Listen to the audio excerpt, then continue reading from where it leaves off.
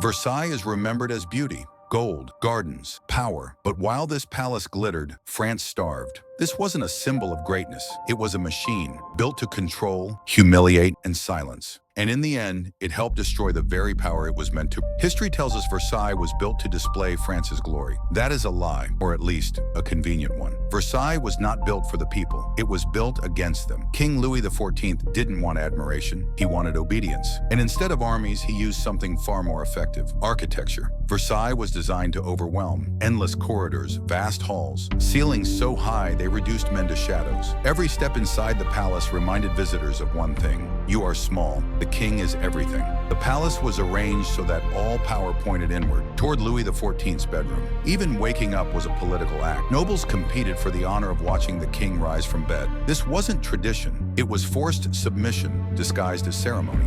While nobles fought over proximity to the king, the country outside Versailles collapsed. Peasants paid crushing taxes, bread prices soared, families starved so mirrors could shine. Thousands of workers died building and maintaining the palace. Their names were never recorded, their suffering was never displayed. Versailles consumed wealth like a fire, and the people were the fuel.